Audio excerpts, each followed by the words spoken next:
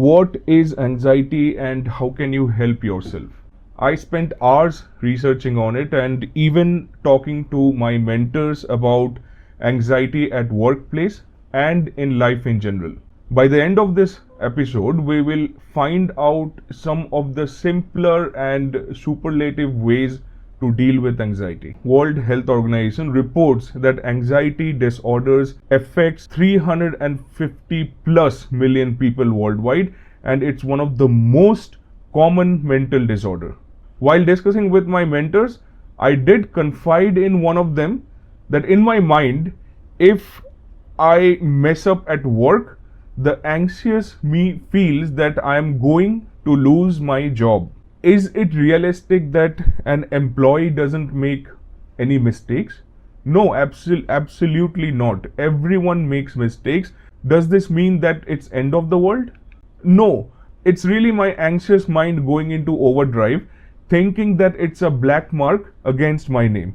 Trust me when I say people around you do not take your little failures as seriously as you think they do, curling up like a cat and groaning over it.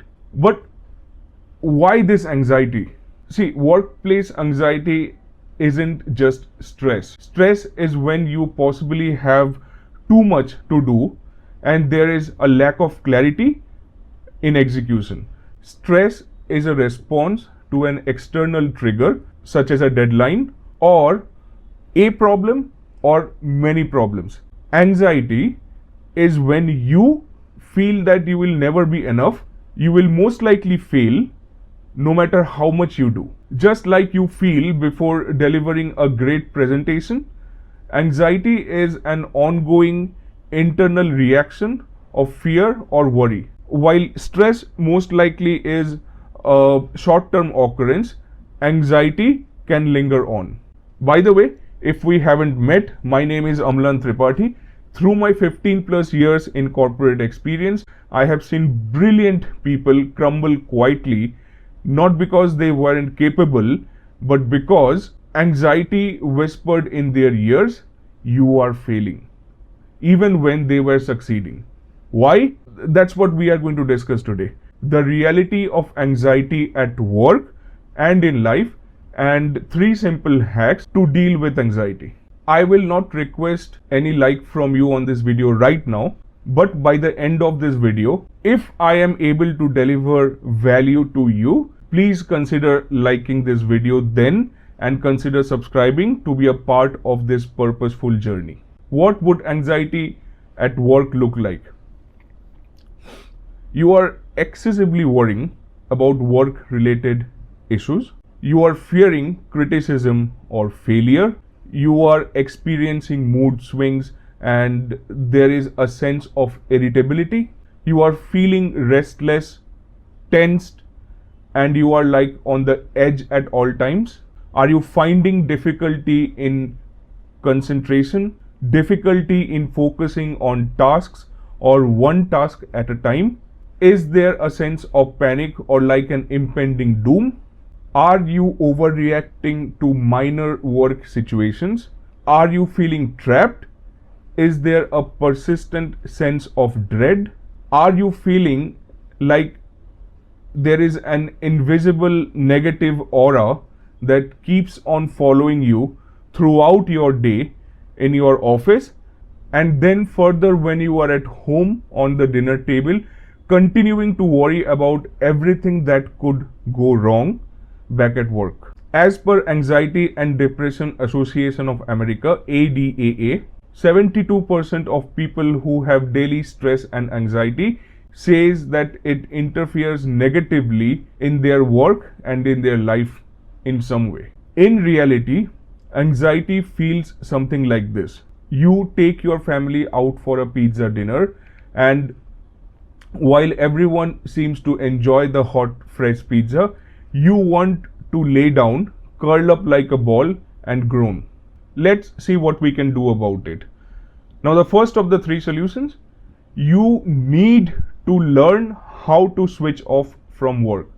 Now, anyone can stop working. The difficult thing is to stop thinking about work. It's very recently that I have really started to speak up about anxiety and stress and mental well-being at my workplace. Here's a little thing, a little advice that I received from one of my colleagues. He does a simple practice with hybrid model of work as standard these days, where you work for a few days from home, a few days from office. This co-worker of mine would do a simple practice. Whenever he is working from home, he will sit to work wearing a certain set of clothes, and once he feels he is done with his day, he would immediately switch over to a fresh pair of clothes. It was his way of letting his mind know that work is over today. It's his way of creating, let's say, a greenhouse effect where he would control the amount of light, in this case work thoughts, to penetrate in his mind when he is done for the day. Likewise, you might need to find your own indicator activity. If you are nodding your head right now and you may want to just talk it out one-on-one with me, I have kept a simple and a free sign-up form in the descriptions, no strings attached. As of now, there are no cost while my channel is very new and I am at humble beginnings. It is completely free. And it's just you and me talking honestly about what you are going through. See, I started this YouTube channel with a solitary purpose, a purpose to build a solid community of mid-career professionals like you and me, to open up to some of those thoughts that are stuck deep within. Sometimes having someone to just listen to and add an alternative perspective makes all the difference. Now, point number 2, put yourself in autopilot mode. Train your mind to do the simplest things without analyzing too much about everything else. It's like you go to your garden over the weekends to do gardening, and then you are overwhelmed with a cloud of thoughts on how you picked up a nasty debate with your boss, or how could that new joiner in your team show that attitude, and then you go into a spiral of stress and anxiety. Easier said, but hey, give it a try. And the third point, start doing some sort of exercise, some sort of activity. It helps release those anti-stress chemicals in the body.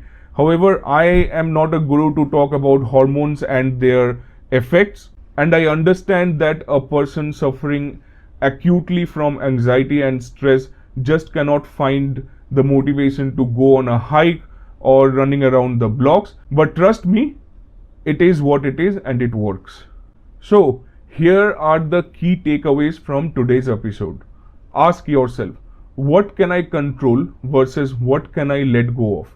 And the next step is to face these things you can control, to take them head on.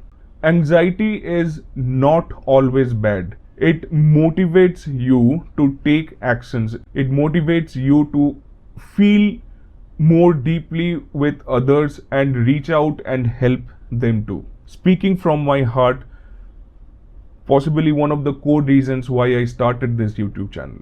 It's very important that we nurture the courage to eventually master the thoughts of knowing that it's okay. It's okay to fail. It's okay to miss a deadline. Work will go on and life will go on. From my experience, I can tell you this. If you are experiencing anxiety, you probably wouldn't reject sharing it with someone you trust. Just remember, you are not the first person to go through anxiety, stress, depression, and you will not be the last person either. And it's fine. With a little help, you will recover. Hey, if this podcast really hit home, remember the sign up form is always open. It's free for now and it's private, and I would be glad to connect with you. And if you are wondering how all of this connects with stress you are already feeling at work or life in general, check out this video where I unpack stress in more details, and I'll see you there.